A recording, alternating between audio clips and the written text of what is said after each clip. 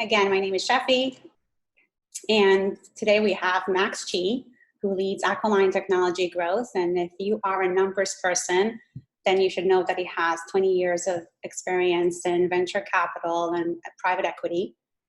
And before we start, just a few words on why pretty boring. So everybody's talking about being essential and doing away with the nice to have, especially because of this pandemic. So basically we're thinking of, tried and true versus going with the bold and the new or exploring new models, right? So you don't necessarily need to buy insurance from a peer-to-peer scheme, or, you don't need to bring a community together to do away with your auto insurance deductible, right? So that's what came to mind. And when I thought of what it means to be essential, and to me, it also means kind of, the boring, the basics. Aquiline Technology came to mind simply because I know that they have this mantra of investing in companies that reduce operational costs or introduce efficiencies, right? Not so much about on demand. And so I reached out to Max and he said yes. So let me introduce him. Great. This isn't to say that I think your portfolio companies are boring, by the way. Oh, no, not at all. Okay, so with that in mind, my first question to you, and by the way, folks, so everybody on the line, first session, I'll do a Q&A with Max, but please send your questions through the Q&A panel and I'll multitask and read them as we go, but we want your questions answered. So the question on everybody's mind is how I become more essential, or what do we reprioritize? So my first question to you is, what does essential mean to you? What does essential mean to Aquiline? Got it. Well, first off, thanks for having me. It's great to see you, at least on Zoom. We were joking this is like a fireside chat, but we're not by a fireside. We're not next to each other, of course. So essential, I think what that means is in these days with COVID-19 and everything else, I think people, companies, businesses, insurance companies, financial services, I think they're just looking at providing essential services first, and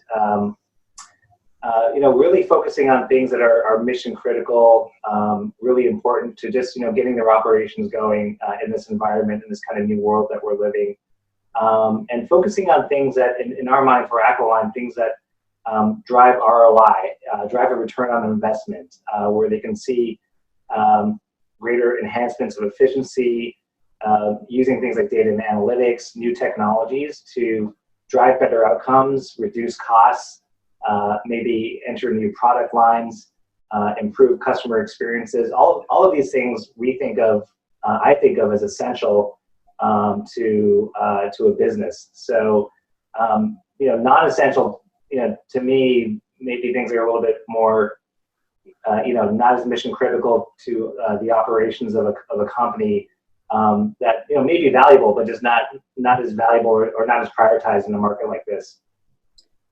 So everything you just described seems pure common sense. So what has changed because of the pandemic? Because part of me feels like, for the most part, the non-essential insurtech kind of exploratory startups didn't work to begin with, regardless of coronavirus. So has your opinion changed in the last 3 weeks in terms of what you are investing in, or who you want to invest in? Not really. I mean, you're looking for a great team, a great idea, that solves real pain points, at least for Aquiline. Great market opportunity. I think that really hasn't changed. I think in terms of the good news about venture capital and about insurtech is if you're investing at the seed and early stages, you're playing the long game. You're playing to make change, applying technology to change an industry, or to build a product that will grow very quickly. And that's going to grow no matter what the cycle is. So during the last cycle, you had some great companies that came out of that. So I think overall the investing pace may slow a little bit, but I think a lot of good companies will come out of this because we call them, we think they're secular growth, they're not as impacted by the cycle. But having said that, companies in our portfolio, and when we talk to other VCs in their portfolios, of course, everyone's sort of pulling back their growth estimates. They're being more focused on cash preservation. They're looking at 2020 as a year that's it's just, cash preservation is more important than growth. And if we can get to 2021, that'll be great. But I do think it also focuses on companies who can solve real pain points, real problems. We like to say they can be 10 times faster, 10 times cheaper. And I think that for startups now, I think the challenge is just getting the attention of their client base. And I think the good news is, from anecdotally, we've heard the last 30, 45 days, everyone's just been focused internally. It's how do I help my companies? How do I keep my employees safe?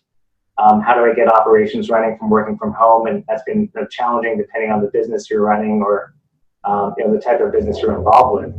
But a couple of positive things have come out of this. I think that now people have got out of that sort of phase of operationalizing and now are a little bit more open to kind of looking at new projects. So if you're a startup, I think the good news is I think it's a little bit easier to get in front of senior executives potentially because they have nowhere to go. They're just at home. You can't, they can't hide from you. Okay, you have to repeat that. Get in front of executives for what reason? Because I like the news. Well, I think if you're selling software, for example, and you need to hit an SVP or an executive, business decision maker or champion, a lot of those times those people are extremely busy. They are traveling a lot. They have a lot of meetings. Just their calendar time and their openness and their ability to meet people is far greater. And I'm talking more about B2B businesses, right? We're selling to the incumbents. That's sort of my lens I'm thinking about. But we've heard that is good news. And we've also heard the good news that a lot of projects are still continuing. So selling to insurance carriers, long sales cycle, right? And deals are still getting done for the most part where it is still mission critical and they were at the later stages of the sales cycle anyway. So despite COVID being extremely challenging for everyone and for businesses and startups, I think there's still some reasonable momentum there, and it's not just completely dead and it's not kind of doom and gloom across all businesses. So that's positive. Yeah, well, I second that motion. I don't think it's doom and gloom, and I do think you have people's attention. So if you're in the B2B space, and that's really the space that Coverager is in, because if we look at the readers, we basically write for insurance executives. So if you've got technology, tell your story because people are paying attention and looking to reduce costs, right? Every other day there's a press release about people or about initiatives to kind of mitigate the risk of corona, right? Working from home, perks for employees. I think it was HomeSite that did fitness classes. Who would have thought, right? So I think that's interesting. Yeah, definitely. I think one big trend we're seeing is digitization. So that was already a big movement, but the fact that you can't be face to face anymore if you're trying to do sales or do claims or any kind of transaction, if you can digitize that process, remove paperwork, if you can move very quickly in building applications for that world and digitizing your business, I think that there's good momentum there. So one of our companies is called Uncork. It's based here in New York City. It took them 3 days to build a COVID-19 app for the city of New York. So Uncork sells a lot to insurance companies and to financial services firms. But the idea of having no-code software, digitizing an onboarding process, those kind of things have been sort of put front and center. And anything to do with sort of enabling you to work from home, enabling you to be more efficient with your customer, choosing which customer you can give a forbearance to or help out in this time period, with data and intelligence. I think that's a big area. So I think there's, anything that can help people in these environments be more virtual. I think there's actually a nice tailwind to those kind of businesses right now. Well, and Uncork speaks to what we said about essentialism, because essentially you're talking about digital forms, maybe a lot more intelligent digital forms, but that's the core of Uncork, which had a really good past 12 months, right? If we just look at the news. So the insurance value chain, very fragmented. There's a lot of areas. What are your top 3 areas to go to when somebody's coming to, if you're looking at who to invest? Well, definitely, I think every part of the insurance value chain, there's still a lot of work to be done from a technology standpoint, from an efficiency standpoint. So, you look at everything like marketing and distribution, underwriting, risk assessment, pricing, policy management, claims is a huge area, preventing fraud, risk prevention, back office, middle office automation. All those themes are really, really important. I think we like to look at things across that value chain and see okay, this is a value chain. These are the main functions of what an insurance carrier does and what they're good at, or a broker. What kind of technologies can we apply to these processes to, again, improve ROI, make them more essential, automate manual tasks, reduce paperwork, acquire customers, right? Or what kind of data can we use in underwriting? So one of our companies, Carpe Data, they provide small business underwriting. Hey, Max Trucker, you better be watching me. Carpe Data. Let's have a mug somewhere. Yeah, Carpe Data is an incredibly boring company with an incredibly engaging and fun management team. With an awesome entertainer by the name of Max Trucker, right?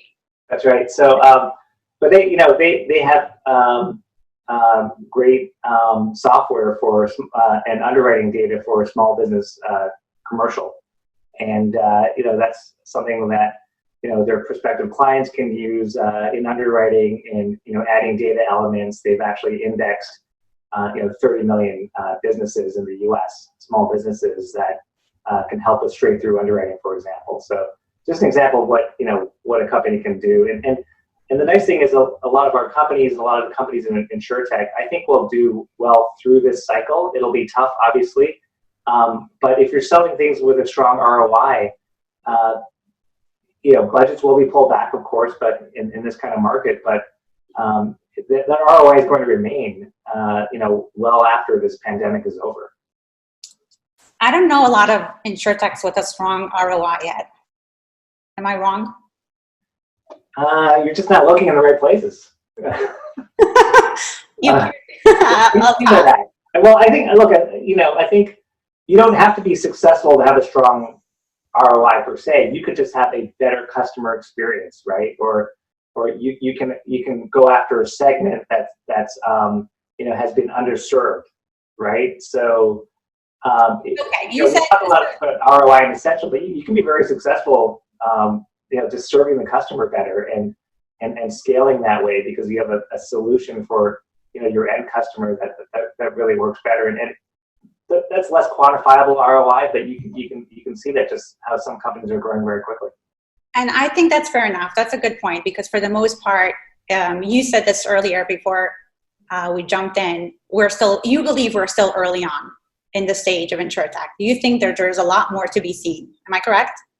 Yeah, that's right. That's right. And I'm encouraged because when I started at Aquiline in 2017, we had no idea how big the InsurTech market would be, but it was far bigger than we thought. There's over $1 billion in venture capital invested every quarter in InsurTech, and that's been the case for the last 10, 12 quarters, I believe. So it'll probably dip this quarter, and there's no surprise with the economy dipping, but that's a really big market. I mean, we've looked at hundreds of InsurTech companies, and there's big opportunities. Like I said, it's a big market, right, in terms of premiums.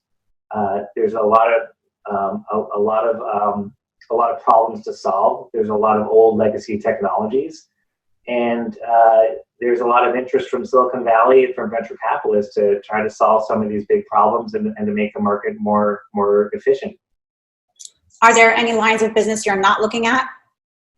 You said you talked about carpet data and small business obviously on the smaller sizes hit. Yeah. It's just that the folks aren't optimistic about the future.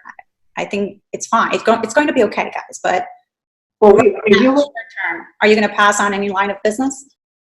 Not necessarily. I think there's got to be a big enough problem to solve. So we do want to be cognizant of the markets that these technology companies are serving and making sure it's a big enough market and a big enough pain point. So there's certain sort of smaller lines of business that may not be a perfect fit. But generally we're looking for, in our model, we're looking for businesses with at least $1 million in revenues, for example, so we can actually assess the product, speak to clients, speak to prospective customers, really get to know and play around with the product. So we're not seed investors, so we don't look at that. But the best predictor of success is actually, is it past performance, or maybe I got that wrong? But we do look at the track record of the entrepreneur. We look at what kind of revenue growth they have, and then what kind of market adoption they have, and if they have that product market fit.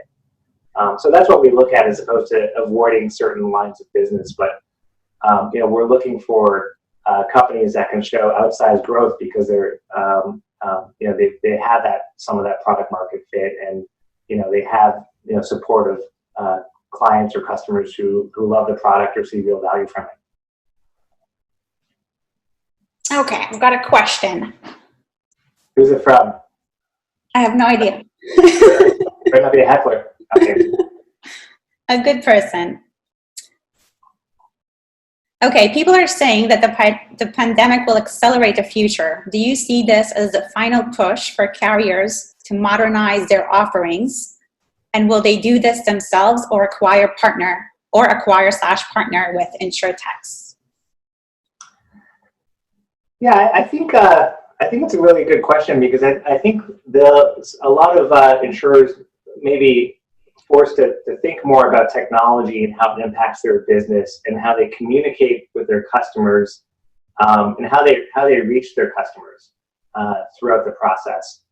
And also internally, how do you work together as a team if you're very distributed? I think a lot of carriers will recognize the fact that you can have perhaps a distributed call center, or you can have your employees work from home once a week, and you can be very productive on Zoom.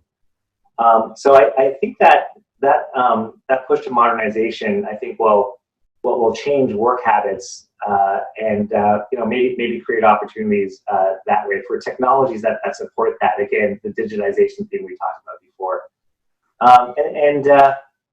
I think that while they do them themselves or acquire a partner, I think a lot of them will acquire and will partner. I think there's a lot of interest, and I think a lot of companies we're talking to want to be opportunistic, and they want to see, okay, there's good technologies out there. Can we partner? Can that accelerate some of the change? Can we digitize faster? And there could be also good opportunities. I think everyone's very, I'm sure a lot of callers here always talk about valuations and things of that nature, and I think there could be some, better opportunities for, from a valuation perspective in this kind of market. Well, they may be valued more or truer to what they're worth. And just a comment about the technology, just because somebody has technology doesn't mean it's good technology. If you just fathom how many endorsements had to be processed over the last 3 weeks, especially for auto insurers, but it doesn't mean that every endorsement system out there performs equally. So I do think, again, just the optimistic point of view here is there's opportunity and people are paying attention.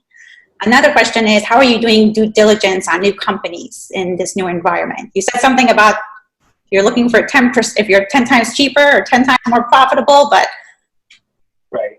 What's happening? Well, I think the good news is that being in venture capital, you can work remotely.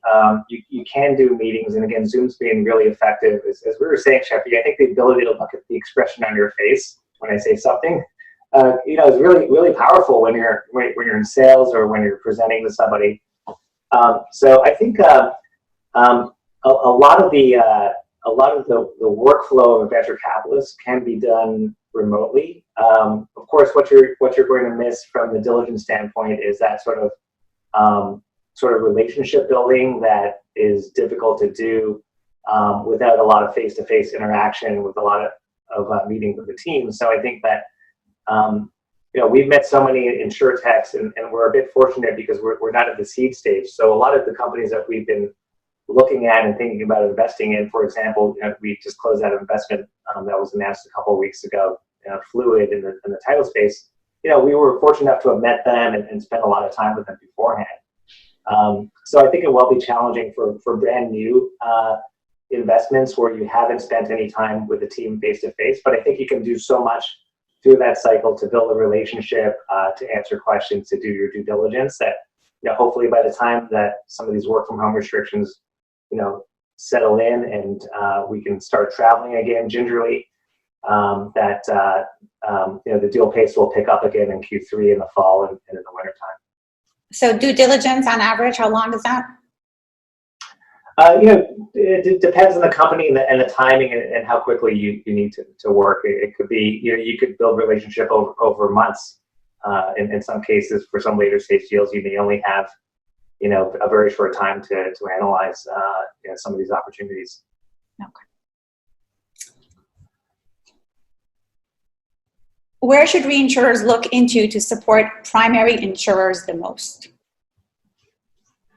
I'm going to punt on that question because I don't really know. I'm not probably the best qualified to answer that, so I don't want to sound too stupid. I mean, I can be boring, but try to maintain a level of intelligence here.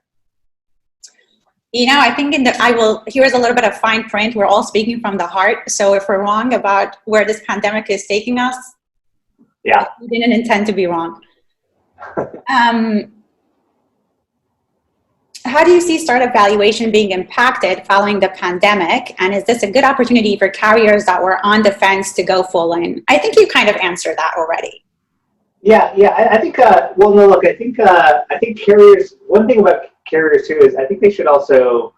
I think a lot of startups will face a little bit more scrutiny before carriers, sign on the dotted line.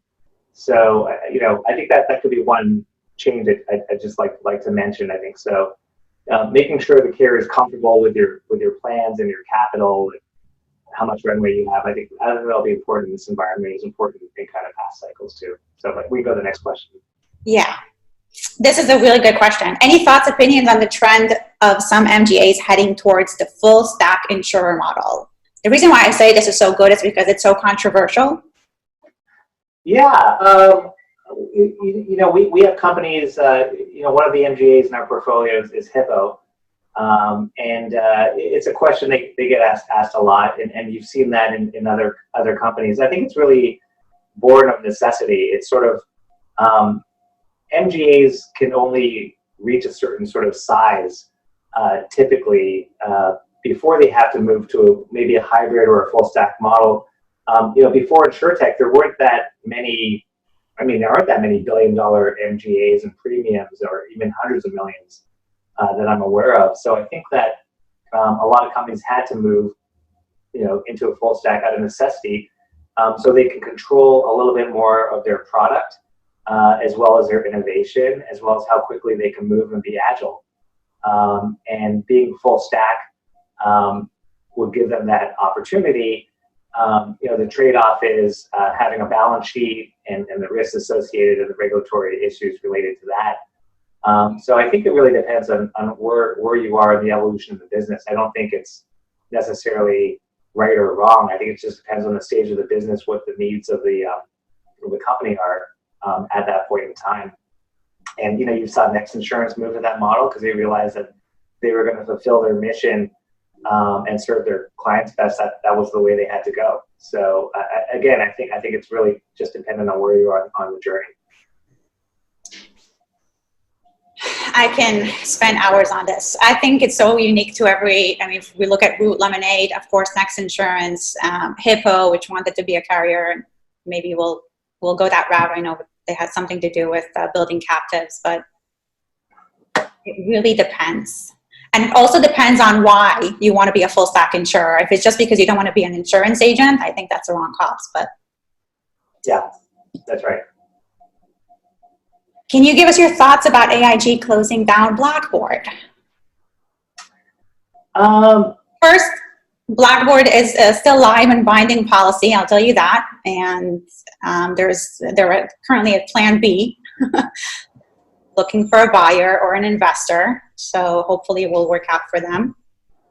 What are your comments?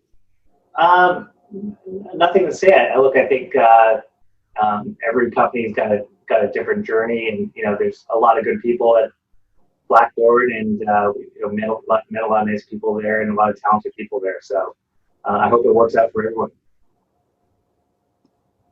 Yeah. By the way, in my opinion, this isn't pandemic related, but. Okay. Startups are talking about the need to create a longer runway. What in your mind is the necessary runway for B2B and direct-to-consumer insurance startups? Yeah, that's a good question. I think it really depends on the sales cycle. I think you need to be able to have enough runway to show important milestones in your business. So you have to capitalize your business in a way that you can survive very long sales cycles, especially on the B2B side. And on the B2C side, it's really how much, what do your unit economics look like to acquire that customer on the direct-to-consumer side, and how that changes over time. And you want to think about just, having enough runway and enough cushion. So runway just being how much cash you have in the bank before you have to raise more additional capital. I think in this environment, as I said, I think this year is about capital preservation and about extending that runway. It's not necessarily about growth at any cost. But I think for B2B, I think it's very important. I think we see a lot of really good businesses, but if they've sort of raised so much money and they haven't gotten the traction yet, then it's a concern. So, our biggest concern is businesses that go upside down because they've raised so much capital and they haven't seen any of the traction, or they haven't raised enough capital and they haven't seen the traction to get to that next round of financing or the next phase of growth. So the next question is, relative to InsurTech valuation, will there be a shift in the lens on top line growth and underwriting quality, shifting more towards profitable unit economics and lower, smarter acquisition cost models? Right? Let me read that again. I'm reading it now. Hold on. Will there shift in the lens on top line? Yeah, look, I think that's the case. I think I'm not sure from a valuation standpoint, but I think every company will face more scrutiny in terms of looking at their unit economics, making sure that they're spending money the right way. And I think a lot of entrepreneurs now may kind of recognize that capital, while it's been a commodity for a long time, it can also be scarce, and they'll have to kind of watch how they're spending their money, and they're going to want to show that. And vis-a-vis underwriting quality, we're not investors in Lemonade, but I do think if you read their blogs, it looks like their loss ratios have really come down, and I think there's a steep learning curve for a lot of these startups in terms of getting to that underwriting quality and getting a profitable unit economics. So you do have to give them a little bit of a leeway at the beginning, but I think that leeway it's going to be a little bit tighter, I think, in terms of what investors will be willing to tolerate from losses in underwriting quality in this kind of market. So this has nothing to do with the pandemic, but what are your thoughts about new insurtechs coming in? So, you started in 2017. Obviously, what the market introduced in 2017 is very different than what it introduced last year or even this year. Do you see a change in the type of problems that insurtechs are trying to solve? What's your pulse on new entrants? I'm always amazed at the number of new companies that go into these venture incubators or programs or seed deals. Like plug and play is as vibrant and thriving as ever in terms of the number of companies that they're admitting into their class. I think they are solving lots of big and important problems. I think you're seeing a little bit of overlap in terms of some lines of business where you have sort of companies coming in, but that's okay as well. So I think we're seeing a lot of new and innovative companies coming in, and a lot of areas where they're looking to tackle big problems. So it's been good. There's been a good pipeline of like early stage businesses. One big problem. Give me one example. I can give you a lot, but even in the category like a workers' comp, we just met a really interesting company this morning that did a presentation to us, and they were looking at artificial intelligence to help triage claims and highlight which claims should be adjusted sooner because they could explode in cost, for example. And I think there's other. We saw another early stage company that was really interesting that could say, okay, we can help you, the carrier, pick which broker submission to focus on because we think that has the most, likelihood of you winning the business. In the case of Fluid, they have title underwriting technology. This is the company we invested in a couple of weeks ago.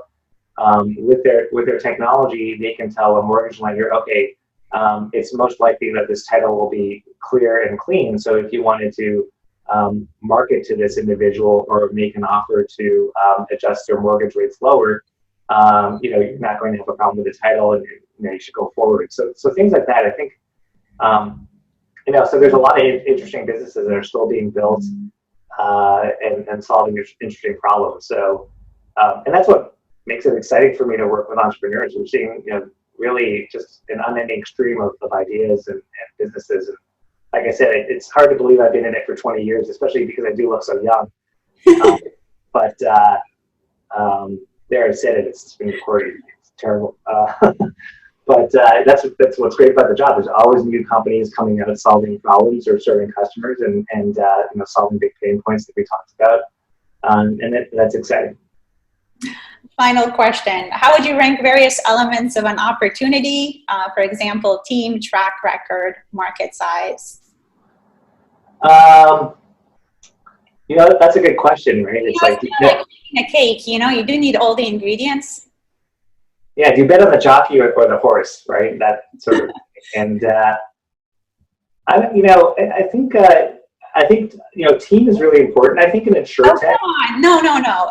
Everybody says team. I think you're being too kind. It's a little bit overrated. Because there are wonderful teams. There are people that charm me day in, day out. There are the most charismatic leaders in insurtech, but they may be solving the wrong problem, or they're just solving the wrong problem, or with an emphasis on technology as opposed to the DNA of insurance. So, okay, so he says team, but what else are you saying? So let me give you the nuance of teams within insurance, and then I'll try to answer your other question on the challenging me on that. But for teams in insurtech, I think you need a great sort of visionary founder, entrepreneur. You need a great technologist.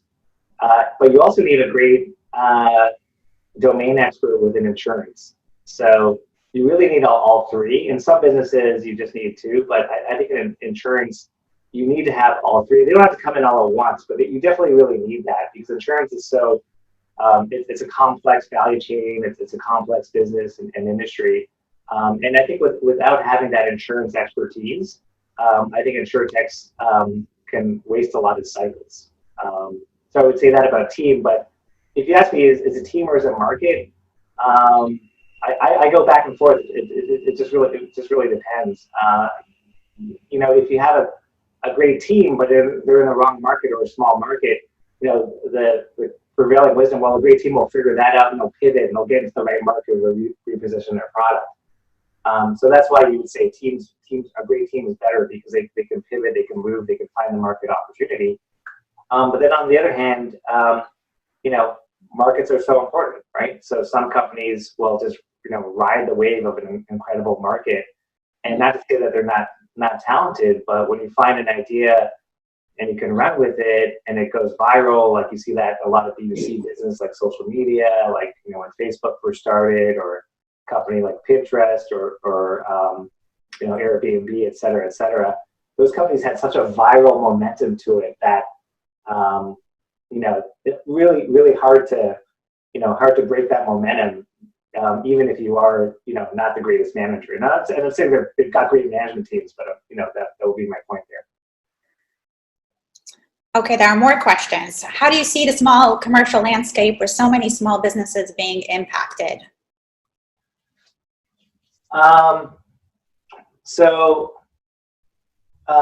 Again, I think it's a longer term secular opportunity is the idea of how do you serve small business customers with their insurance needs? How do you distribute to them? How do you make it simpler? How do you make it easier? How do you make it more relevant to them? So I think a crisis like this, it's very devastating and very sad for a lot of these businesses. But what could come out of this is better insurance products that are more tailored to the needs of these small businesses. So I think from an innovation standpoint, I think I'm not sure it'll accelerate, but I think it's going to derail it. I think it's just as important as ever, especially if you can market to them properly and get them the right kind of coverage that they need, and price it more effectively. So by more effectively, ideally it's lowering the prices so small businesses can get more value from their insurance. And so that's where companies like, going back to, like a Carpe Data, if they can, underwrite more precisely what their risk is, can do it faster, better, cheaper, and that's ultimately going to be a win-win for the carrier and the policyholder. I must imagine that like data and analytics companies have now a lot more data to work with because we have a lot of time on our hands and we're more active in social media. I know that was the case with Peanut, which is a mom's social platform, and they've seen engagement go up 30 or 40%. So that's a plus for them if they can do something with the data. In terms of small business, the companies or freelancers, for instance, or gig economy, sole proprietors are being impacted, but you have to look at who's being impacted and who's picking up more work. So for instance, if you're a catering company, one of the precautions that they're going to take once they're open for business is that they're going to have specialist food folks, I forgot the official name for it, hand over the food, just like it's a perk or it's just a way for them to make sure that everybody's safe, right? So target these folks, right? Because InsurTech is about 1,000 ways to sell insurance. It's how you segment and how you market to a certain audience. So I think that's an opportunity. Well, I think the bigger point that I could make from that comment is that you do need that agility, right? And so by agility, I mean the ability to sort of create products, launch them, iterate on them, and get them out into the market quickly. And if you can, that's great. And if it fails, that's okay too. But you need an environment where you can move quickly, introduce a product, see if it works, see if it's valuable, and then scale up quickly. And that's look at your portfolio. Health IQ, right? I mean, before the pandemic, Health IQ, life insurance for runners.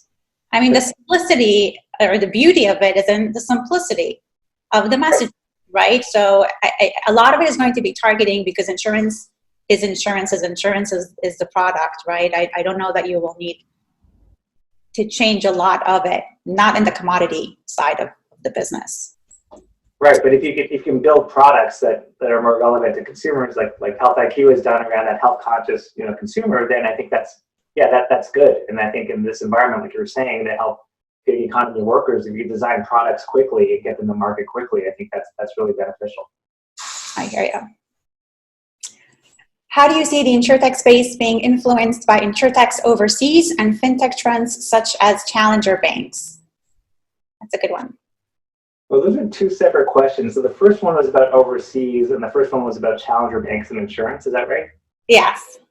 Well, I think on the overseas question, I think, Aquiline, we make investments in all over the world, primarily North America and Europe, and Israel as well. I think if you've got a great idea and you have, a solution that works for an insurance carrier in Berlin, it should work for an insurance carrier in Toronto. So, I think that the world is shrinking, and I do think that, you could see some good overseas businesses, come to the U.S. So, for example, we invested in a company called Friss. They do, they have claims fraud software. It's based in Utrecht, which is just about a half an hour outside of Amsterdam. And the CEO moved to Chicago and opened up a U.S. office, and he's been there for a couple of years. So I think that's a trend you'll see. You'll see a lot of European businesses start U.S. operations and vice versa. So, and I think there's a lot of good companies there. The second question was about neobanks, and I think the bigger question is there's a theme around alternative distribution, right, and embedded fintech and insurance, and I think that's an important area where, if you're a distributor of insurance products, I think you want to be where your customers are. And so if you're getting a mortgage, right, maybe you'll look at homeowners insurance. And if you're buying a home, maybe you'll look at home warranty policies, right? We have a company called Super that does a home subscription service, for example. So you do just want to be where your customers are. And so this idea of embedded fintech and the fact that you can have insurance embedded with these neobanks, I think it makes a lot of sense. But I think it's just a question of let's experiment, let's try it out, and let's see if there's adoption. But I think it's more about being where your customers are and having more of an omni-channel solution. And I think you didn't ask me this, but agents will be around. You need agents, right? And some people want to go to agents, some people want to go direct, some people want to go through these neobanks. Agents will be around. Yes. Of course. Hi, Mr. Agent, Mrs. Agent. Not for my renter's insurance. Dad joke or something terrible. Anyway, so go ahead. I would think though that fintech has an easier way to backtrack into insurtech. So because they already have users and they can find an insurtech partner and start offering insurance. For insurtech to start offering a fintech proposition, it may be a little bit harder. But I think to your point, whoever has the users or whoever has a distribution angle wins. So alternative distribution is definitely an area we like to cover. Yeah, that's a good way to think about it. But the thing with insurance is it's a less frequent interaction. Mm-hmm. So if it weren't for those great Geico commercials, I really wouldn't care about my auto insurance. But you still don't care about your auto insurance. Well, I've driven about 5 miles in the last 5 weeks. So, shout out to Geico. They gave me a rebate of a little bit of money. But how long have you been with Geico? What's that? How long have you been with Geico? As far as I can remember, for a really long time. So, great company. But the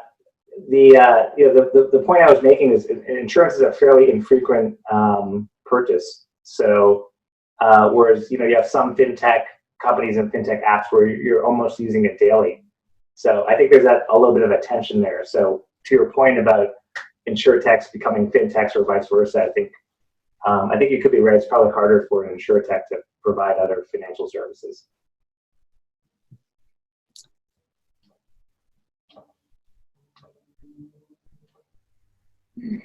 Okay, this is interesting. How do you look at financial models when going through diligence? Are sales forecasts showing crazy growth in 2020 bullshit now, or should the model tell a story of how you will come out strong after COVID?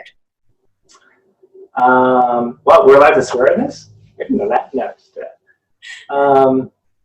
so, I think people need to be realistic. I think investors will always err on the side of conservatism, especially in a market like this. So I think they're going to do their own haircuts. They'll take a close look at, what the sales assumptions are. They'll be very careful to look at the data, especially this quarter.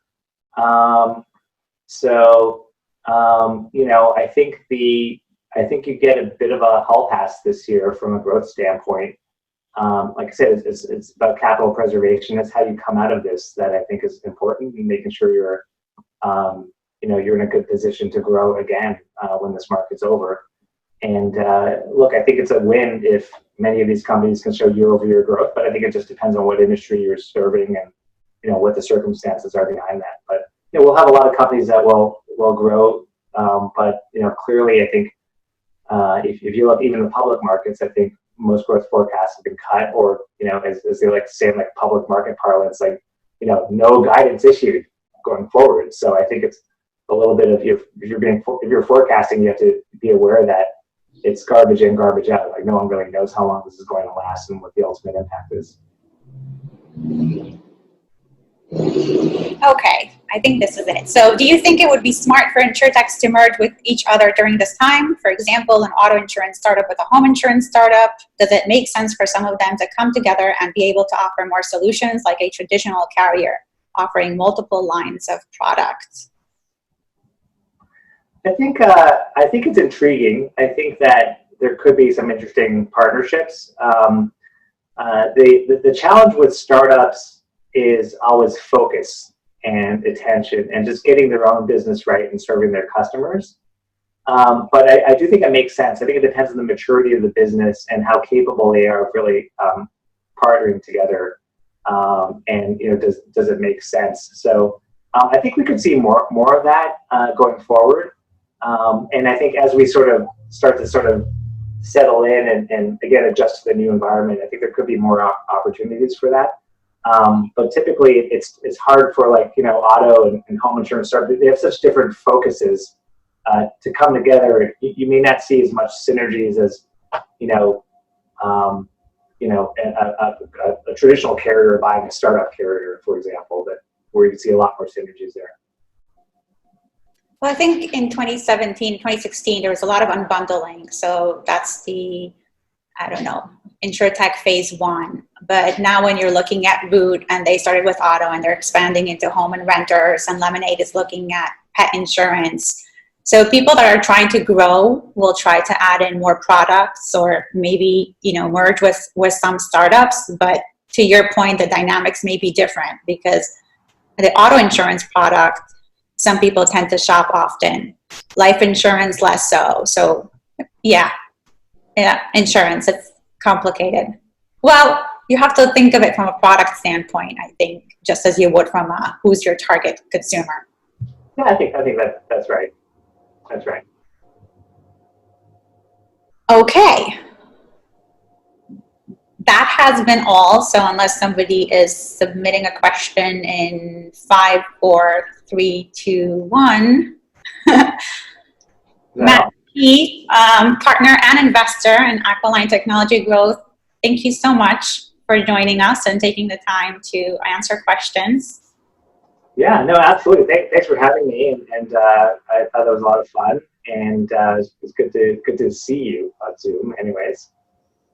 Likewise. Bye, everybody.